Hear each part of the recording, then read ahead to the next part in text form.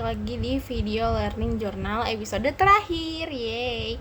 Dan sekarang kita mau bahas diskusi dari kelompok 5, yaitu dimana kelompok 5 ini membahas tentang mengenal penulisan artikel feature, yaitu ragam, teknik, dan contohnya.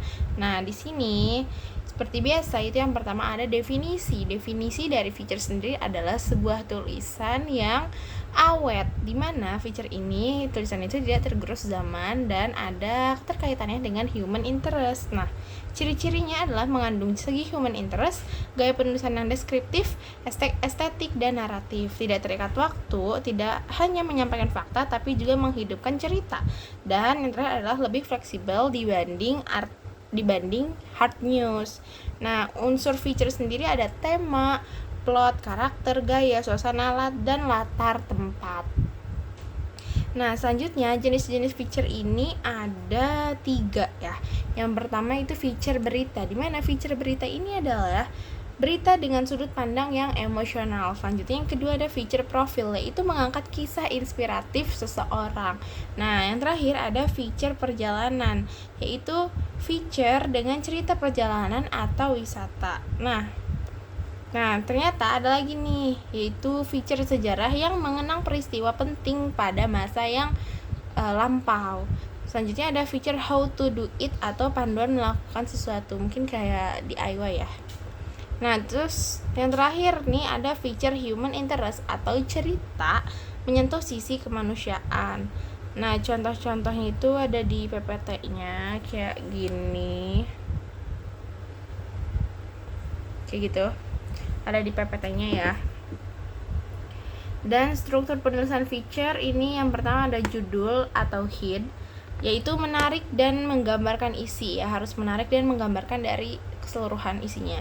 Lalu ada lead atau intro, yaitu pembuka yang memikat, bisa juga dari kutipan, deskripsi, dan lain-lain. Selanjutnya ada bridge atau penghubung antara lead dan isi utama. Selanjutnya body, yaitu isi cerita atau narasi utamanya. Dan yang terakhir itu ada ending atau penutup yang kuat dan mengesankan. Nah, ini contoh dari struktur penulisan feature-nya juga ada di PPT-nya, udah dilampirin, ini lengkap ya guys. Nah, selanjutnya ini ada menentukan angle. Angle adalah sudut pandang penulisan yang terfokus pada suatu tema atau topik kecil. Tekniknya adalah menggunakan 5W+1H untuk menggali idenya.